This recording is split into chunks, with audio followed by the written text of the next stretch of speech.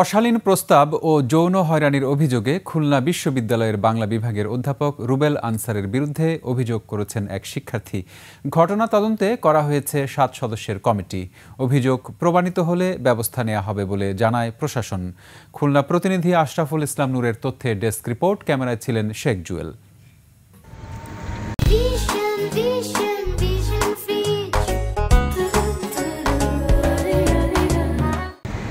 খুলনা বিশ্ববিদ্যালয়ের বাংলা ডিসিপ্লিনের অধ্যাপক ডক্টর রুবেল আনসারের বিরুদ্ধে যৌন হয়রানির অভিযোগ এনে গত বৃহস্পতিবার বিশ্ববিদ্যালয়ের যৌন হয়রানি ও নিপীড়ন নিরোধ কেন্দ্রে অভিযোগ করেন এক ছাত্রী।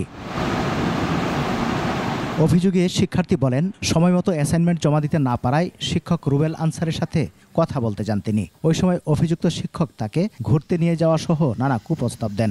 মোবাইল ফোনেও নানা খুদে বার্তা পাঠাতেন। অভিযোগের সত্যতা নিশ্চিতে 7 সদস্যের তদন্ত কমিটি গঠন করেছে বিশ্ববিদ্যালয়ের যৌন হয়রানি ও নিপীড়ন নিরোধ কেন্দ্র। আমাদের কাছে একটা অভিযোগ এসেছে এবং কমিটি গঠিত হয়েছে। আপনারা এটাও জানতে যাচ্ছেন কয় সদস্যের? 7 সদস্যের কমিটি, সেটি আমাদের আছে এবং আমরা এটা মিটিং আছে, আজই আমাদের মিটিং আছে। মিটিংয়েই মূলত এটা সিদ্ধান্ত হবে। তো এই বিষয়ে যেহেতু তদন্তাধীন আছে এবং ওই সেলেরও আমি একজন সদস্য, এই বিষয়ে তদন্ত শেষ হওয়ার আগ পর্যন্ত আমি কোনো মন্তব্য করতে চাই না। অভিযোগের বিষয়ে জানতে অভিযুক্ত শিক্ষক রুবেল আনসারের সাথে যোগাযোগ করা হলে তিনি তা অস্বীকার করেন। কর্তৃপক্ষ কোনো চিঠি দেননি বা সরাসরি এখনো ডাকেননি। আমি বিশ্বাস করি আমাকে যখন ডাকবে আমি আমার পক্ষে বিষয়টা যে বানোয়াট এবং আমি হয়রানির শিকার হয়েছি তার প্রুফ আমার কাছে আছে। এদিকে এ ঘটনার প্রতিবাদে অভিযুক্ত শিক্ষকের ক্লাস বর্জন করেছেন বাংলা বিভাগের শিক্ষার্থীরা। ওই টিচার যদি প্রকৃত দোষী হয়ে থাকে, এই ঘটনার অবশ্যই বিচার হওয়া উচিত।